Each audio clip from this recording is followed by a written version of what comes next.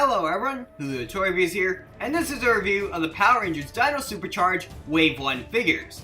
So this is the first wave of figures for Dino Supercharge, and included are the 5 Dino Steel Rangers finally, the Aqua Ranger, the T-Rex Supercharged Red Ranger, and Snide.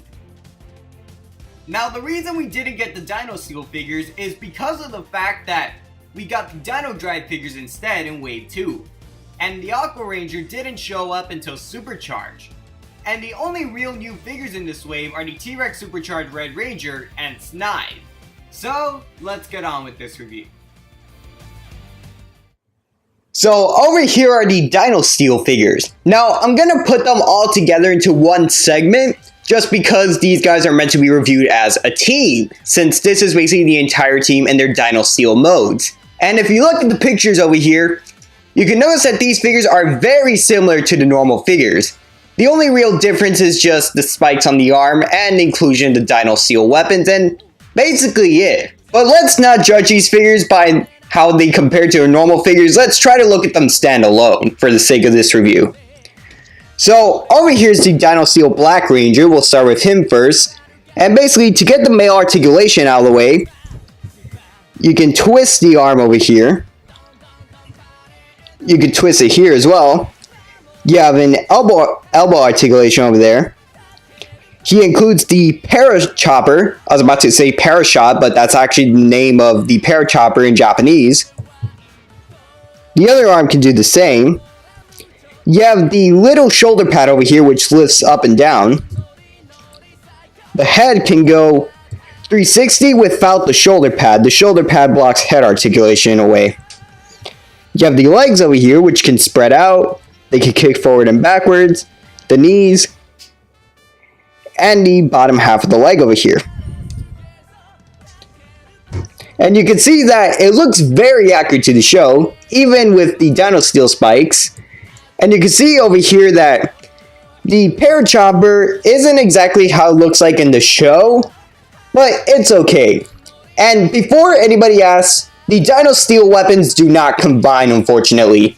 You can get the Dino Spike with the 5" 6-figure pack that was included at the beginning of Dino Charge and the beginning of the toy line, but unfortunately you cannot combine the individual weapons into one. However, you can probably do some modding with it, which I might make a separate video on that. So over here is the Dino Steel Blue Ranger. You can see he's got basically the same design as Black, except he's blue and he has a different helmet. And he also has his Stego Shield over here, which isn't very detailed either. And when I say that the Dino Steel weapons could combine because of some modding, you can see like some holes over here. I know this is meant to be part of the Stego Shield, but who knows, maybe they were actually planned to combine. But you basically see Coda over here. On the back, there's really nothing special. And yeah, that's basically it for his figure, but he does look pretty nice. Next up is Tyler over here, the Red Ranger. And you can see that, like the others, he's the same as his normal figure, except he includes the Dino Steel arm and the T-Rex Smasher over here. And what's good is that they actually covered up the hole over here, just like in the show. Because if you buy the Gabatira Fang from the Kyoryuger toy line, it does have an open hole over here so that it can combine and make the Kedro Spiker / the Dino Spike. However, over here they actually closed off that portion over here since these weapons cannot combine with the other Dino Steel weapons. And you can see that it looks very accurate to the show. And the T-Rex Smasher is probably the only weapon that looks truly accurate to the show, except for the eye over here, which is understandable why they left it out. Whoops, let me put him back. Let me try and make sure all these other figures don't fall. And over here is Shelby, the Pink Ranger.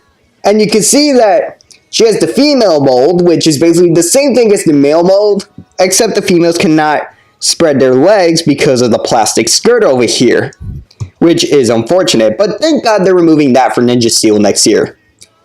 And you can see over here that she includes her Dino Steel arm and her Tricera Drill. Now unfortunately, she can't hold the drill very well. Because of the skinniness of her arms and the skinniness of the figure in general, if you try to hold it, the figure will just fall down. So it's a shame that you really can't have it in a lifted position because the figure will fall. Hey look, I actually managed to balance it. So like that you can be able to balance it, but if you have it like spread out, the figure will fall. If you have it upwards, it'll fall as well. So that's actually a really unfortunate thing, that the Tricera drill overweighs the figure. And over here, our last Ranger, Riley the Green Ranger. And you can see that just like the others, again, Dino Steel arm, and he includes his Raptor Claw over here. And yeah, that's basically it to the figure, nothing special on the back, the same like the others. Let me just put him back. Yeah, I was having a difficult time balancing the figures before recording. So that's basically it for the Dino Steel figures. So now, let's get on to the Aqua Ranger figure. So over here is the Aqua Ranger figure. Now, let me make a bit of a statement over here. At the beginning of Kyoryu-san was actually the 6th to appear, even though he's not the 6th Ranger. However, in Dino Charge, we didn't do that and instead saved Aqua for Supercharge. And now is when we get his figure, the Ankylozord, and basically anything that's Aqua merchandise. So over here is the figure for the Aqua Ranger. You can see that he includes the Dino Saber and the Dino Morpher, which he barely uses in the show. Don't get me wrong, he uses it more than he does in Kyoryu, but in Dino Charge he still doesn't use it too much, so let's just put that aside. And you can see the figure himself here. You can see some Aqua over here. You can see some light Aqua over here. The head can turn 360. In a way, if you take out the shield, it probably could turn 360. The cuffs over here. The elbows. The spreading out of the arms, spreading out of the legs, kneeing, kicking, basically the male articulation. And you can see that he has a bronze sash over here instead of yellow. Because in Kyoryu, Aqua and Graphite were dead, and that's why they had the bronze sash instead of the yellow sash. However, in Dino Charge, there's basically no explanation. But that's basically it for the Aqua Ranger figure. So now, let's get on to the T-Rex Supercharge Red Ranger figure. So over here is the T-Rex Supercharge Red Ranger figure, and you can see that it is very accurate to the show in a bunch of ways. You can see the armor over here, the zigzag pants on the bottom. You can see that they left out the little yellow spike details down here. He has the gray arms. The cuffs are a bit different. You can see he has the feathers on the head now. And he includes the T-Rex Supercharged Morpher in its blaster mode. And for the articulation, his articulation is a bit different just over here because of the fact that he can't lift all the way because of the armor. And the head as well because of the fact that these neck pieces over here are blocking it. As well for the cuff over here, since if you put it like this, because of the triangle, he can't bend his arm. But you can see that he looks very accurate to how he appears on the show. And what makes me sad is that Bandai didn't make figures for the other modes of the T-Rex Supercharged Red Ranger. Now, as you know, in the show he is able to summon different Zord arms, just like the Megazord. And unfortunately, Bandai didn't take the opportunity and make more figures with the different arms. Or heck, just even have like removable arms for one figure. They sort of did that with the Mix and Morph line, but then again, who really buys the Mix and Morph line? So I wish that Bandai would have taken the opportunity and went ahead and made different arms for the T-Rex Supercharged Red Ranger.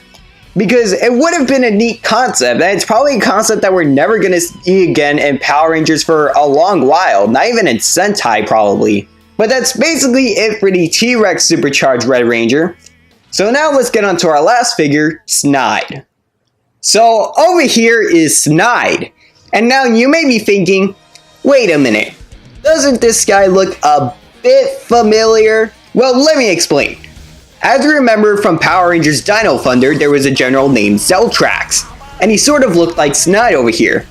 in Kyuryuger vs. Go Busters, which is basically that they got together the Kyuryugers, the Jew Rangers, and the Aqua Rangers, which are the Mighty Morphin, Dino Thunder, Dino Charge Rangers in Japan. They revived a couple of past villains, including a new version of Goldar, Neo Griforzer, and Neo Galladon, who is basically Neo Zeltrax.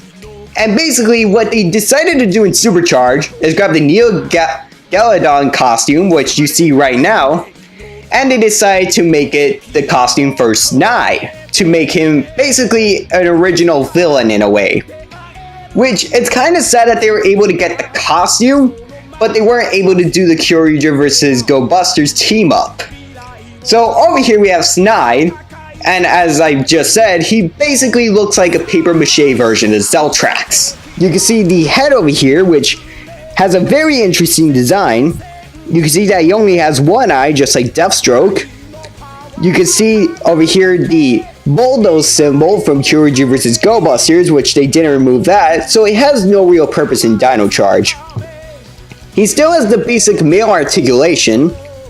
He can lift the arms, put them back, spread them out, but he can't lift them up completely because the shoulder pads over here are actually blocking it. And while you can move the shoulder pads up and down, you can't really move them all the way so that you can be able to move the arms all the way up. And plus the spikes over here make that a problem. And you can see that he has his sword over here, which unfortunately is really flimsy. You can see his legs over here, which he basically has Wario shoes. And that's really it for Snide. The only other thing I can say is that he has a consistent color scheme of black, gray, and a bit of blue. So that's basically it for the Wave 1 Dino Supercharge figures. So what do I think of them? Here are my final thoughts. So overall, these figures are pretty nice, and I would recommend them if you're a Power Rangers fan.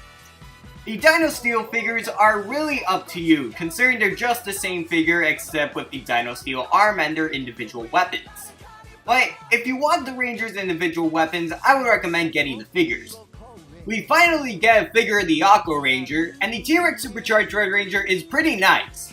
And Snide is really a unique villain, and I like that they grabbed the suit from Kyuryuger vs. Go Busters and actually made it into a figure. I just wish they would do the same with Neo Griforzer from that movie. But these figures are pretty good, and I would recommend them. So until next time, I'm HudoToryViews, and I'm signing off. Thanks for watching, everyone. Hello, everyone. Thanks for watching. Make sure to like, comment, and subscribe for more content. You can also follow me on Instagram, Twitter, Snapchat, Facebook, and Tumblr. You could click on the top to check out the previous review or the next review. Thanks for watching, and make sure to have a super mega Dino Charge day. Well, see you guys next time.